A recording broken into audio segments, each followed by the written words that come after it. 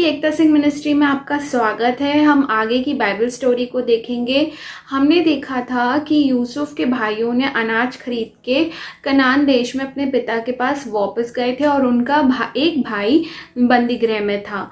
जब वहां से लाया हुआ अनाज धीरे धीरे खत्म होने लगा, तब उनके पिता याकूब उनसे बोलते हैं कि जाओ वापस मिस्र देश और अनाज खरीद के लेके आओ। तो वो कहते हैं कि हम बिन्यामीन के बिना, अपने भाई के बिना नहीं जाएंगे, क्योंकि उस पुरुष ने यानी कि यूसुफ ने हमें चेतावनी दी है कि अपने भाई को लाए बिना मेरे सामने मत आना। तो वो कहते हैं कि तुमने क्यों उसको बताया। उनके पिता बोलते तुमने उसको क्यों बताया कि मेरा एक भाई है और मेरे साथ तुमने ऐसा क्यों किया। तो वो यूसुफ उसको, यहूदा जो उनके बेटा है, वो बोलता है कि उसने हमसे अपने कुटुंबियों के बारे में और अपने बारे में प्रश्न किया, तब हमने सिर्फ उसके जवाबों का उत्तर दिया। हमें नहीं पता था कि वो हमारे भाई को लाने के लिए कहेंगे।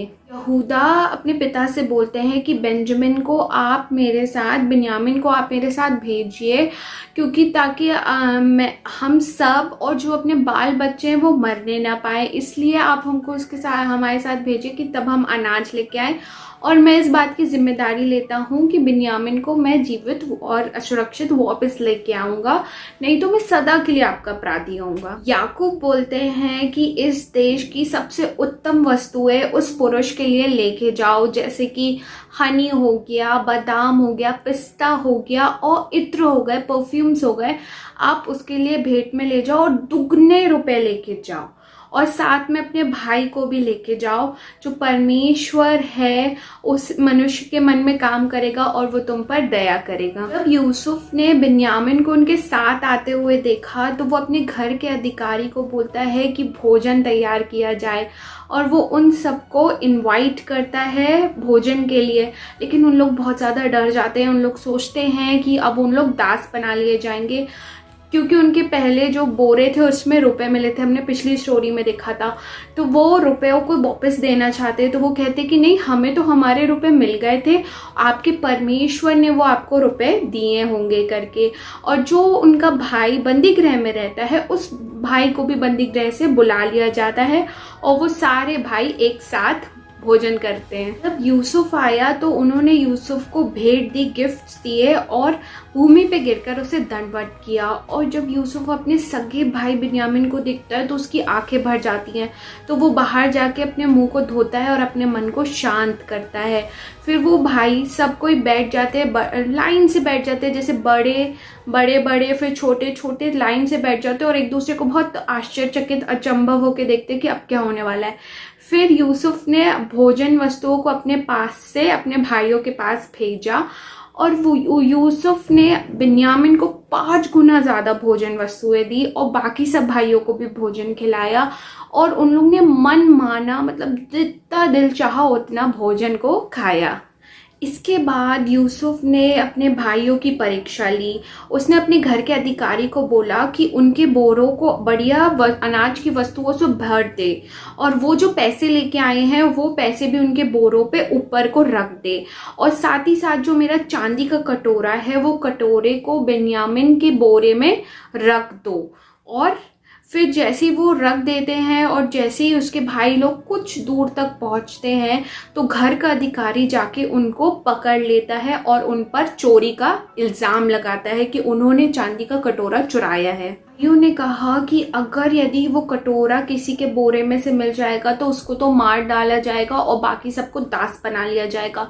तो घर का अधिकारी जो उनको पकड़ता है वो बोलता है कि नहीं, केवल वो ही दास बनाया जाएगा जिसके पास वो चांदी का कटोरा मिलेगा, और कटोरा बिन्यामीन के बोरे में से मिलता है। तो वो बहुत ज़्यादा परेशान हो जाते हैं उसके भाई लोग और वापस लौट जाते हैं यूसुफ के पास। यूसुफ ने एक्सप्लेनेशन पूछा तो वो बोलते हैं कि वो सब अपराधी हैं और वो सबको दास बना ले। लेकिन वो बोलता है यूसुफ कि नहीं, केवल बिन्यामीन के पास से मिला है तो सिर्फ वो यहाँ पे रह सकता है। तो फिर यहूदा बहुत टेंशन में आ जाता है और बड़े ही डर के साथ और प्रेम के साथ वो यूसुफ को समझाता है कि अब उसके पिता जो हैं राहेल के पुत्र से कितना प्रेम करते हैं और उसका एक भाई था, बिन्यामिन का एक बड़ा भाई था जिसको जंगली जानवर ने मार दिया। इसकी वजह से बुढ़ापे में भी, अभी भी बूढ़े होने के बाद भी उसके पिता शोक करते हैं, बहुत ज़्यादा दुखी हैं और अगर बिन्यामिन नहीं जाएगा तो उसके पिता मर ही जाएंगे करके वो उसको समझाता है यूसुफ को, और कहता है कि उसके बदले, बिन्यामिन के बदले उसे दास बना लिया जाए। यूसुफ और सहन नहीं कर पाता है और अपने भाइयों को छोड़ सारे लोगों को बोलता है कि वो उस कमरे से बाहर चले जाए और चिल्ला चिल्ला कर रोने लगता है और कहता है कि मैं ही यूसुफ हूँ, परमेश्वर ने मेरा उपयोग किया ताकि मैं मिस्र जगह पे, मिस्र देश में आप लोग के लिए स्थान बना सकूँ, प्लेस बना सकूँ, क्योंकि अभी अकाल 5 वर्ष का और बाकी है ताकि मैं और अपना घराना सब जीवित रह सके और मैं आप लोग की देखभाल कर सकूं, इसलिए परमेश्वर ने मेरा उपयोग किया, तो आप लोग सब वापस मिस्र देश को मेरे पास आ जाइए। वो फिरौन को इसका समाचार मिला तो उसने यूसुफ को आज्ञा दी कि अपने परिवार को मिस्र देश में बुलाने के लिए गाड़ियों को भेजे। तब यूसुफ ने अपने सारे भाइयों को एक एक ड्रेस दी, एक जोड़ी वस्त्र दिया और बिन्यामिन को 5 जोड़ी वस्त्र दिए और 300 चांदी के टुकड़े दिए और साथ ही साथ 20 गदहियों पे भोजन वस्तुओं को भेजा। फिर सब भाइयों ने जाके अपने पिता याकूब को बताया कि यूसुफ जीवित है, तो याकूब बहुत ज़्यादा खुश हो जाता है और कहता है कि मैं अपनी मृत्यु के पहले अपने पुत्र को जाकर देखूंगा, और वो बहुत ज़्यादा खुश हो जाता है। इस बाइबल स्टोरी में हमने देखा कि कैसे परमेश्वर ने यूसुफ का इस्तेमाल किया याकूब के पूरे परिवार को, उसके पिता के पूरे कुटुंब को बचाने के लिए।